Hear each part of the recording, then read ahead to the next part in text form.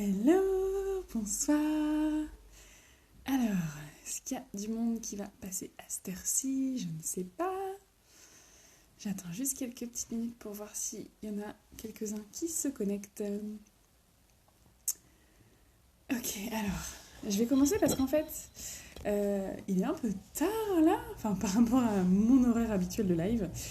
Tout simplement parce qu'en fait, on est parti en week-end et il y a une photo derrière. On est parti en week-end et voilà, du coup, on était sur la route, on a passé un petit moment sur la route dans les bouchons, donc voilà, on est arrivé, on va enfin se poser. Euh, donc, ce sera un live peut-être un peu plus court que d'habitude. Et en même temps, je ne sais pas parce qu'à chaque fois je dis ça, finalement, je papote. Et alors, j'avais envie justement aujourd'hui de parler de notre entourage. En fait, c'est hyper important. L'impact qu'a notre entourage, les personnes qu'on côtoie le plus sur notre vie, sur notre état, sur notre humeur, sur notre énergie en fait. Il y a des personnes dans ton entourage, même des fois des gens que tu vois tous les jours, qui te drainent ton énergie, qui t'épuisent. Et quand on n'a pas conscience, en fait, ça peut être quand même assez impactant sur ta vie. Et je pense que quand tu commences à mettre de la conscience là-dessus, de toute façon, pour moi, c'est toujours pareil. Quand tu commences à mettre de la conscience sur qu'est-ce qui fait que tu es de bonne humeur, qu'est-ce qui fait que tu es crevé, qu'est-ce qui fait que c'est si difficile, qu'est-ce qui fait que ce comportement-là chez ton enfant va t'énerver ou que celui-là, ça passe, qu'est-ce qui fait que telle situation te rend dingue. Et donc voilà, et donc, vraiment, quand on sent qu'on a des difficultés avec notre énergie, qu'on se sent pas très bien, qu'il y a des hauts, des bas, c'est important de faire un peu du tri autour de nous, de voir qu'est-ce qui nous permet, qu'est-ce qui va faire que dans notre environnement, on se donne un maximum de chance pour être de bonne humeur, aller bien, aller de l'avant.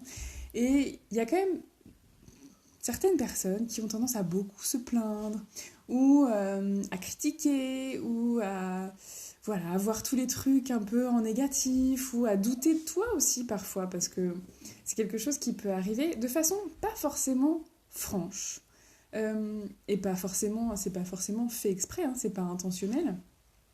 Parfois des personnes qu'on aime énormément, parfois même des personnes de notre famille, peuvent, par leur comportement, par des petites phrases, par l'intonation de leur voix, nous faire comprendre, nous faire sentir. C'est même pas nous faire comprendre, parce que ce qui est compliqué là-dedans, c'est que tous ces éléments-là, en fait, souvent, ça passe à un niveau en dehors de notre champ de conscience. Et c'est pour ça que je vous invite à mettre de la conscience là-dessus. Parce qu'en fait, on est parfois particulièrement énervé, particulièrement tendu. Et on ne se rend pas compte que tout ça, ça ne nous appartient pas forcément. Tout ça, ça peut aussi être lié aux personnes qu'on côtoie. Quand on côtoie des personnes qui sont plutôt négatives, plutôt voilà, à remettre en question tout ce qui se passe, à critiquer les autres, ils ont en fait eux-mêmes une vraie tension à l'intérieur d'eux. Donc en général, ils ne le font pas exprès, c'est juste qu'ils ne sont pas bien et c'est comme ça que ça s'exprime. Mais nous, on le reçoit. Le stress, déjà, ça se diffuse de façon inconsciente par notre façon de penser, oui, aussi notre façon de penser, par notre façon de parler, par notre façon d'être, par nos attitudes, par notre posture en fait. C'est-à-dire qu'on va avoir tous des éléments qu'on va capter les uns les autres sans s'en rendre compte. J'ai du mal à parler ce soir. Hein. Et ça va générer du stress à l'intérieur de nous. Sauf que parfois on ne sait pas si ça nous appartient ou si ça appartient à l'autre. Donc vraiment, quand tu sens que tu es particulièrement fatigué, que tu es particulièrement tendu, ça peut être important de faire le point sur quelles sont les personnes que tu côtoies, quels sont leur état, leur énergie. Par exemple, certaines personnes, quand ils ont leur maman au téléphone, après, ils raccrochent et ils sont super énervés, super tendus. Eh bien, peut-être que c'est lié à ça. Ça ne veut pas dire qu'il ne faut plus les voir, ça ne veut pas dire qu'il ne faut plus les appeler. Ça veut juste dire que on porte de la conscience à ça. Si, alors moi, j'ai plus mes parents, donc je ne parle pas de moi pour le coup, mais si mettons que j'ai ma maman au téléphone et que à chaque fois que je l'ai au téléphone, après, je vois que je suis hyper énervée, que je suis irritable, que je m'agace surtout, que je sens la tension dans mon corps, ou que tout d'un coup, je me sens crevée, mais c'est qu'en fait, elle me draine mon énergie. Elle ne le fait pas exprès, elle ne le fait pas intentionnellement, mais elle le fait. Et donc, il y a deux choses. Déjà, parfois on a besoin, pour se régénérer, pour reprendre un peu notre oxygène, en fait, on a besoin parfois de prendre de la distance, c'est-à-dire les voir moins souvent ou moins longtemps. Et quand on ne peut pas s'éloigner, parce qu'en général, quand c'est nos parents, on a quand même ce lien à maintenir, et si on les appelle moins souvent, ça peut être difficile à vivre pour eux. Bon, après, c'est pas forcément notre responsabilité, hein. Donc chacun voit qu'est-ce qu'il est capable de faire, qu'est-ce qui est ok pour lui. Mais si tu sens que c'est pas possible pour toi de limiter les contacts, au moins ne pas prendre en fait. Ne pas prendre le stress des autres, la victimisation des autres. Moi, je sais qu'il y a des personnes qui fonctionnent comme ça, qui ont tendance parfois à voir les choses de façon négative. Il m'arrive ça, bah ouais, mais c'est compliqué. Ah oui, mais si ça n'avait pas marché, ça aurait été compliqué. Et donc, quoi qu'il arrive, c'est compliqué. C'est c'est un mécanisme, en fait, qui leur sert parfois à pas sentir d'autres blessures, qui leur sert à continuer d'avancer. Et donc, ils sont tout le temps dans la lutte, ou tout le temps dans la victimisation, ou tout le temps dans quelque chose d'assez compliqué, assez lourd.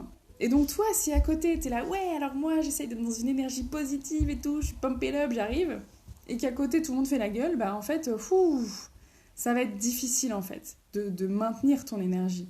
Si en plus, t'es dans un moment où c'est tendu pour toi, où t'as déjà besoin de faire des efforts, entre guillemets, pour être dans cette énergie positive, c'est d'autant plus important de faire attention aux personnes que tu côtoies. Et je pense que quand on choisit d'être dans une éducation pour nos enfants dite bienveillante, enfin parentalité positive, tout ça, c'est important aussi de s'entourer de personnes qui te comprennent, qui te comprennent mais qui vont pas te juger en fait. Parce que dans l'entourage, on peut se dire ah oui, mais moi je suis dans un groupe de parentalité positive, c'est super sympa, on s'échange des conseils et tout. Et en même temps, dans ces groupes-là, souvent il y a énormément de jugement. Donc il faut choisir en fait avec attention les personnes que tu vas côtoyer et les personnes avec qui tu vas pouvoir échanger ces informations-là. C'est pour ça que moi je pense que un des gros atouts dans l'accompagnement Nouveau Regard, c'est aussi le fait d'avoir un groupe privé où on peut échanger, on peut parler de ce qui se passe. Si jamais il y a eu quelque chose de compliqué, en fait, personne ne va juger. On va se soutenir les unes les autres. Et je dis bien les unes les autres parce que c'est pas forcément moi qui vais soutenir. En fait, l'intérêt d'un groupe comme ça, c'est de l'entraide. Et donc, moi, je fais partie aussi de certains groupes en tant que coachée. Et ça nous aide énormément en fait de pouvoir échanger entre nous et d'avoir cet environnement qui va à la fois comprendre ce que je vis, ce que je traverse, les difficultés, les réussites, et ne pas être dans le jugement. Donc vraiment, c'est un point qui pour moi est hyper important. Et d'aller voir, on a tous dans notre environnement, plus ou moins proche, des personnes qui nous ressourcent, des personnes avec qui on va passer un quart d'heure, une demi-heure, 1 heure, 2 jours, et on va en sortir complètement galvanisé en fait, euphorique, on va se sentir bien, et ça peut être des amis, ça peut être des coachs aussi, ça peut être des personnes qu'on suit, ça peut prendre n'importe quelle forme en fait, c'est pas ça qui est important. Évidemment que c'est plus sympa quand c'est quelqu'un avec qui on peut échanger en direct, mais il n'y a pas que ça. Et c'est important de trouver ces personnes-là et de savoir que elles, ce sont des personnes ressources. Elles, je peux m'appuyer dessus et je peux, sans vraiment m'appuyer, parce que le but, c'est pas que ce soit mes béquilles, mais je sais qu'avec elles, je me sentirai bien. Avec elles, je vais pouvoir avancer, on va pouvoir se soutenir, on va pouvoir faire la fête, on va pouvoir profiter, on va pouvoir exprimer notre joie aussi, parce que il y a quelque chose qui se passe pas mal dans la société, et c'est marrant, on en parlait dans le live avec Aurélie l'autre jour, c'est que on a du mal à exprimer à la fois nos souffrances, nos vraies souffrances. On râle beaucoup, mais exprimer ce qui nous pèse vraiment au quotidien, c'est plus compliqué parce que c'est de l'ordre de l'intime, donc ça se dit pas trop, blablabla. Je dis blablabla parce qu'en vrai, on pourrait... Enfin, c'est dommage en fait qu'on puisse pas se permettre cette authenticité en fait dans nos relations avec les autres. Et c'est important. Moi, je pense que c'est hyper important d'avoir des personnes avec qui tu puisses être vraiment toi, où tu puisses laisser tomber le masque et dire vraiment ce que tu as sur le cœur. Et savoir que tu seras accueilli et tu seras aimé, même s'il y a des jours où ça va pas, en fait. C'est le principe de l'amour inconditionnel, de l'accueil inconditionnel. Et tu peux vivre ça avec d'autres personnes que tes parents, surtout s'ils ne te l'ont pas donné. Et moi, c'est des choses que je vis à plusieurs niveaux. J'ai des amis avec qui je sais que, là, les amis chez qui je suis ce week-end, alors on a fait un test PCR juste avant de partir, ne vous inquiétez pas. Mais les amis avec qui je suis ce week-end, je sais que ça va être super chouette, qu'on va passer des bons moments et que ça me donne de l'énergie en fait. Et c'est hyper important. J'ai fait une après-midi de route pour aller les voir parce que je sais que ça va nous faire du bien et que c'est super chouette et qu'on va passer des super moments et je suis exaltée d'être là en fait. Et il y a d'autres choses aussi, c'est-à-dire que là, donc, j'en ai parlé l'autre jour, je me suis inscrite à un programme par une coach que j'aime beaucoup, beaucoup. Ça s'appelle Objectif Lune Coaching, pour ceux qui ne connaissent pas. Et je l'adore, elle est super inspirante, voilà, il y a plein de choses que j'aime beaucoup. Et donc il y avait un coaching cet après-midi, enfin un live en fait, parce qu'elle fait des lives et puis du coup on assiste au live. Et en fait, je l'ai regardé avec mes écouteurs dans la voiture, c'était quand même assez sportif, mais... Et ça m'a mis en joie en fait. Ça m'a redonné de l'énergie, ça a bougé des choses en moi, c'était hyper inspirant et pour moi, ça fait partie de mes vraies ressources. Ça me coûte de l'argent. Et parfois, c'est pas forcément raisonnable par rapport à les sous que j'ai de côté ou tout ça. Mais je m'en fiche. Déjà parce que j'ai confiance dans le fait que l'argent, ça va, ça vient, c'est fait pour et c'est ok. Et j'ai vraiment fait de moi ma priorité. Et je sais que, oui, en me payant ce programme-là, en allant au week-end chez mes amis, en prenant un temps de repos, je sais que j'arrive comme ça à comprendre des choses sur moi, à me sentir de mieux en mieux. Alors je me sens globalement très très bien, mais oui, je me sens très bien. C'est complètement indécent de dire ça. Mais oui, en fait, je kiffe ma vie. Voilà. C'est un fait, je suis désolée, je sais que ça ne se dit pas, mais voilà, j'adore ma vie de maman, j'adore ma vie de femme, j'adore ma vie de couple, j'adore ma vie de coach. Il y a des moments c'est cool, il y a des moments c'est dur, mais j'adore ce chemin en fait, j'adore ce que ça me pousse à vivre, ce que ça me pousse à travailler, voilà, moi j'adore. J'adore mes coachings, j'adore mes programmes, enfin voilà, je kiffe quoi. Et oui, je suis comme ça. Et en fait, vraiment, c'est important de réussir à se connecter à cette énergie-là.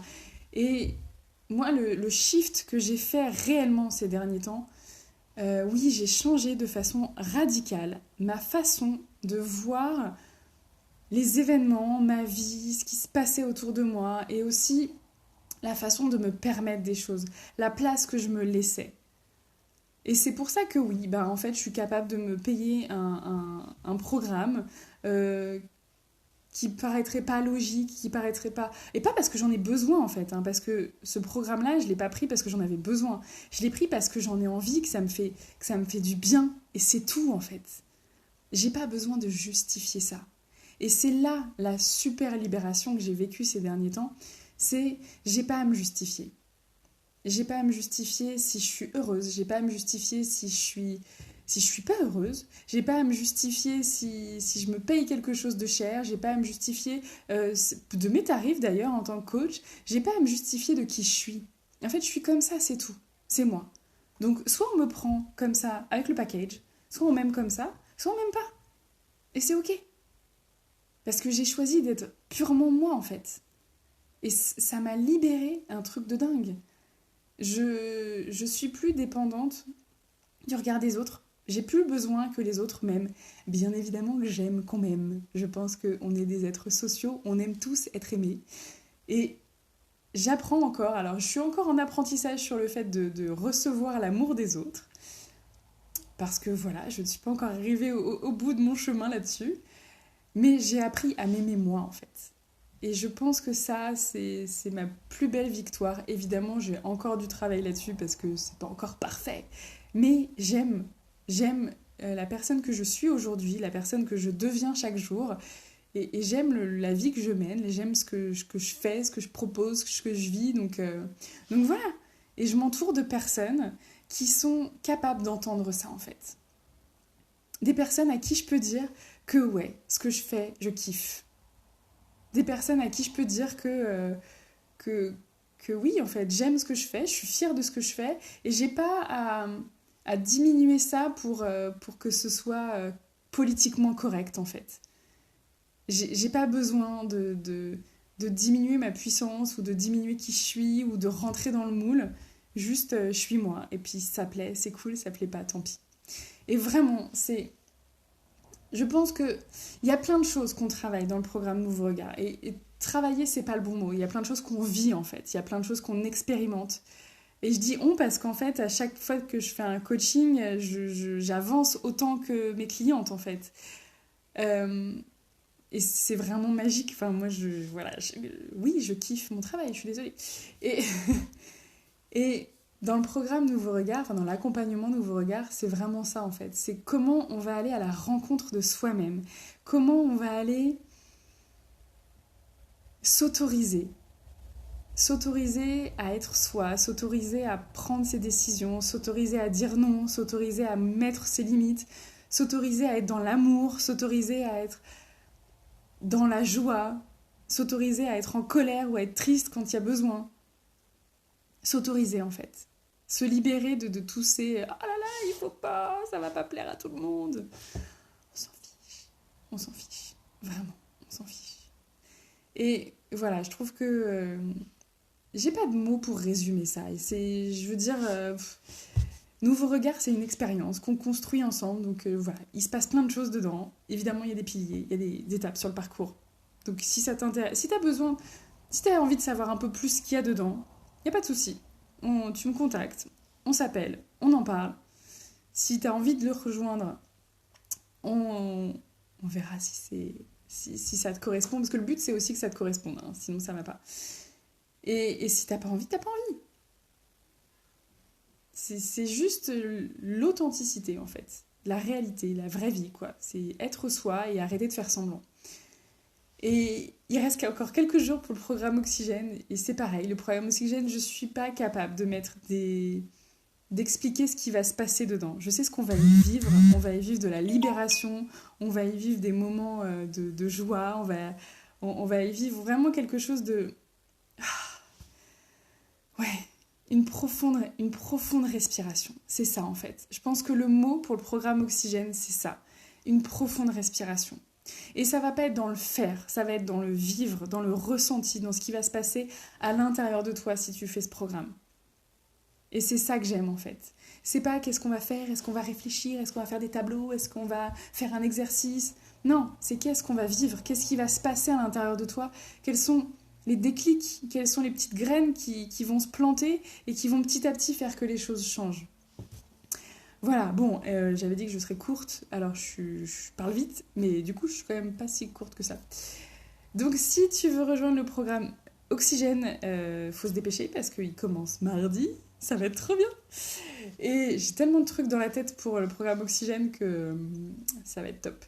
Et Et pour le programme, pour l'accompagnement Nouveau Regard, c'est pareil. Tu peux me contacter en privé et puis En fait, ce qui se passe, c'est que en gros, si là maintenant, dans ta vie de maman, ça va pas, si tu sens que tu t'épuises, que tu te mets à crier, que tu te sens pas, que tu te sens pas bien dans ce que tu vis maintenant, que c'est lourd, que c'est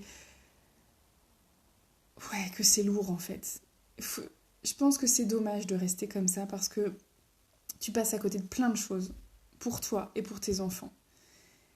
Et c'est tellement chouette de vivre autre chose, c'est tellement chouette d'être pleinement disponible avec ses enfants, de pouvoir gérer les crises, à la fois les miennes et les leurs, en, en toute quiétude en fait, en confiance. Que voilà, si tu as envie de si tu as envie de rejoindre ce chemin-là, ben écoute, je t'accueillerai avec grand plaisir. Et il suffit de me contacter en messagerie privée ou sur un post. Et puis moi, on voit, on en discute, on voit si ça te correspond, on s'appelle et puis on voit tout ça. Voilà. Si tu as des questions, n'hésite pas. Si tu as vu ce live en replay, n'hésite pas à me mettre un petit commentaire, un petit hashtag replay, un petit bisou, un petit coucou. Et puis moi, je vais aller rejoindre mes amis. Je vous souhaite une très très belle soirée et je vous dis à très bientôt. Ciao!